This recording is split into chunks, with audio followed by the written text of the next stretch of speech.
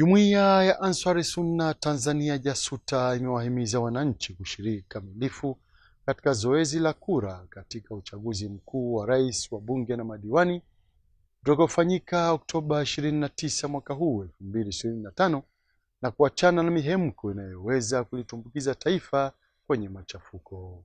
Taarifa ya Abdallah Matotola inasimuliwa studio naye Rajab Shaban Batuga. Akisoma tamko la JASUTA kuelekea uchaguzi mkuu wa Oktoba 29 mwaka huu 2025 kwa niaba ya Amiri wa JASUTA Sheikh Juma Omar Poli, mjumbe kamati tendaji taifa Sheikh Ramadhan Idi amesema maslahi ya taifa yanapaswa kutangulizwa mbele katika kipindi chote cha uchaguzi ili kuinusuru nchi na athari hasi za uchaguzi zinazoweza kujitokeza. Tukio la uchaguzi ni tukio nyeti, ni tukio muhimu sana katika nchi yetu. Kama halikufanyika kwa umakini, kutanguliza mbele maslahi ya taifa, mara nyingi hupelekea katika uvunjifu wa amani na hata kulitumbukiza taifa katika janga la machafuko.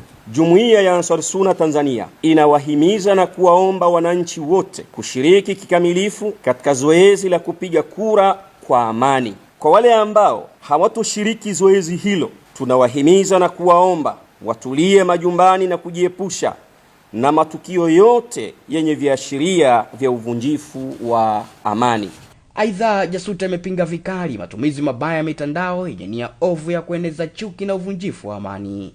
Jumuiya ya Ansari Sunna Tanzania inatoa wito kwa viongozi wake wote, mashehe wa mikoa, mashehe wa wilaya na mashehe wa kata, kuzitumia nyumba za ibada kuwa ndio sehemu ya kufundisha imani yetu na amani ya nchi yetu, kulinda na kuhifadhi amani kabla, wakati na baada ya uchaguzi. Tanzania ni nchi ya amani, tuhifadhi amani yetu kwa uadilifu, upendo na mshikamano. Katika hatua nyingine, tahadhari muhimu imetolewa kwa vijana wa Tanzania kuepuka mihemko, badala yake kujitokeza kwa wingi Oktoba 29, 2025 kuchagua viongozi wao kwa miaka mingine 5.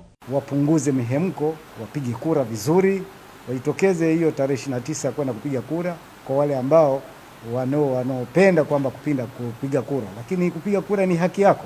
Ukiacha kupiga kura ni maana yake umetupa haki yako. Nenda kachague yule ambaye unaona kwamba huyu anaweza kukuletea maendeleo na mafanikio katika kipindi cha miaka hii 5 mpaka 2030. Tulinde amani yetu, usisikilize chokochoko na watu wa kutaka kuvunja amani ya nchi yetu. Amani ni kitu adhimu sana. Bila ya amani huwezi kufanya chochote nchi yoyote ile, sababu tumeona nchi chungu mzima duniani huko wananchi wake hawaishi kwa amani. Kwa hiyo vitu vyote vimesimama. Kwa hiyo naomba ndugu zangu, tulinde amani yetu.